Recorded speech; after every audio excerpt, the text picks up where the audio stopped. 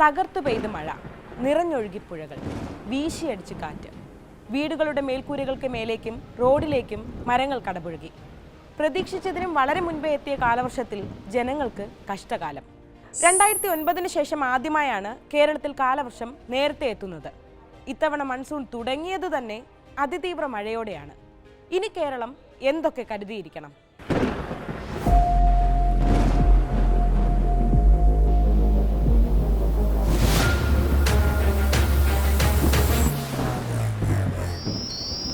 പ്രതീക്ഷിച്ചതിനും 8 ദിവസം നേരത്തെയാണ് ഇത്തവണ കേരളത്തിൽ മൺസൂൺ എത്തിയത്. മെയ് 24-ന്. ഇതിനു മുൻപ് 2 തവണയാണ് പ്രതീക്ഷിച്ചതിലും നേരത്തെ മൺസൂൺ ലഭിച്ചത്. 1990-ൽ മെയ് 19-ന് മൺസൂൺ എത്തി. പിന്നീട് 2009-ൽ മെയ് 23-നും മൺസൂൺ എത്തി. കടലിലെയും കരയിലെയും താപനില വ്യത്യാസം മൂലമുള്ള വായു സഞ്ചാരം അല്ലെങ്കിൽ കാറ്റാണ് മൺസൂണിന് കാരണമാകുന്നത്. ഇത്തവണ മെയ് പകുതിയോടെ തന്നെ അറബിക്കടൽ മുഴുവൻ സൗത്ത് വെസ്റ്റ് കാറ്റ് രൂപപ്പെട്ടു. മെയ് 23-ഓടെ തന്നെ കന്യാകുമാരിയിൽ മൺസൂൺ എത്തി. ന്യൂനമർദ്ദം മൂലം കാറ്റിന് വേഗത കൂടി തീവ്രമഴയായി. കേരള തീരത്തേക്കും പിന്നാലെ ഗോവൻ തീരം വരെയും മഴ വളരെ പെട്ടെന്നെത്തി. സാധാരണയായി മൺസൂൺ മഴയുടെ പെയ്ത്ത് എങ്ങനെയാണ്? തുടർച്ചയായുള്ള മഴയല്ല, ഇടവിട്ടിടവിട്ട് പെയ്യുന്ന രീതിയാണ് കേരള മൺസൂണിൻ്റേത്. എന്നാൽ ഇത്തവണ മഴയുടെ സ്വഭാവം മാറി, പെയ്ത്തു രീതി മാറി. ഇടവിട്ടുള്ള മഴയ്ക്ക് പകരം തീവ്രമഴയായി. സാധാരണ മഴദിനങ്ങൾ കുറഞ്ഞു, അതിതീവ്ര മഴദിനങ്ങൾ കൂടി. അതിനു കാരണം ബംഗാൾ ഉൾക്കടലിൽ രൂപപ്പെടുന്ന ന്യൂനമർദ്ദമാണ്.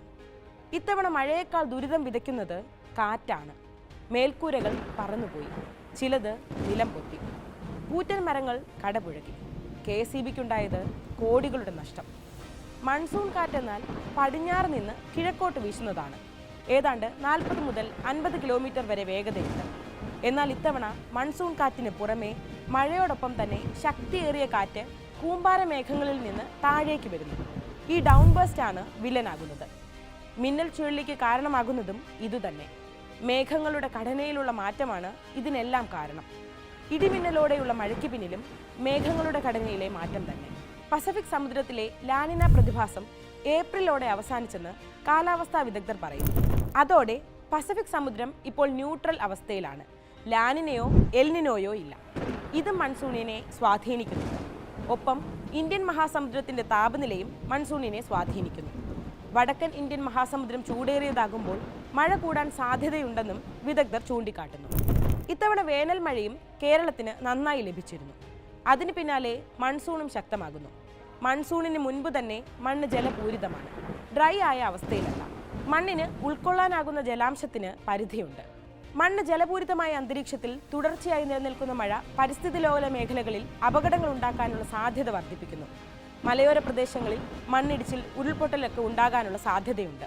വെള്ളപ്പൊക്ക സാധ്യതാ മേഖലകളിലും അപകട സാധ്യത നിലനിൽക്കുന്നു. തീവ്രമഴയിൽ നഗരങ്ങളിലും പെട്ടെന്ന് വെള്ളക്കെട്ടുണ്ടായേക്കും.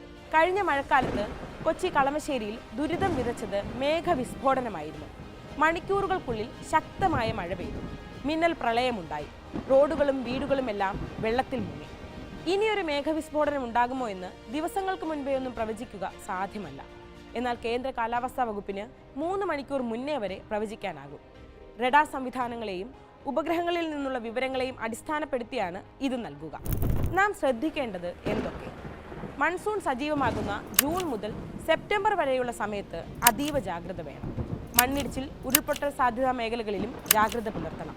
ചൂരൽമലയും മുണ്ടക്കയുമെല്ലാം നമുക്ക് മുന്നിൽ പാഠമായുണ്ട്. അറിയിപ്പ് ലഭിച്ചാലുടൻ അപകട മേഖലയിൽ നിന്ന് മാറി താമസിക്കണം. മഴ മൂലം പുഴകൾ കരകവിഞ്ഞൊഴുകുന്ന അവസ്ഥയാണ്. ഡാമുകളിലും ഷട്ടർ ഉയർത്തുന്നു. അതിനാൽ തന്നെ നദീതീരങ്ങളിലുള്ളവരും ജാഗ്രത പുലർത്തണം. വിനോദത്തിനായി കുത്തിയൊലിക്കുന്ന പുഴകളിലേക്ക് നീന്താൻ ഇറങ്ങരുത്. തീരപ്രദേശങ്ങളിലുള്ളവർ ശ്രദ്ധിക്കുക. കള്ളക്കടൽ പ്രതിഭാസത്തിനും ശക്തമായ കടലേറ്റത്തിനും സാധ്യതയുണ്ട്. ദുരന്ത നിവാരണ അതോറിറ്റിയും മറ്റ് അധികൃതരും നൽകുന്ന സന്ദേശങ്ങൾ ഗൗരവത്തോടെ കാണുക. വ്യാജ പ്രചാരണങ്ങൾ തള്ളിക്കളയുക.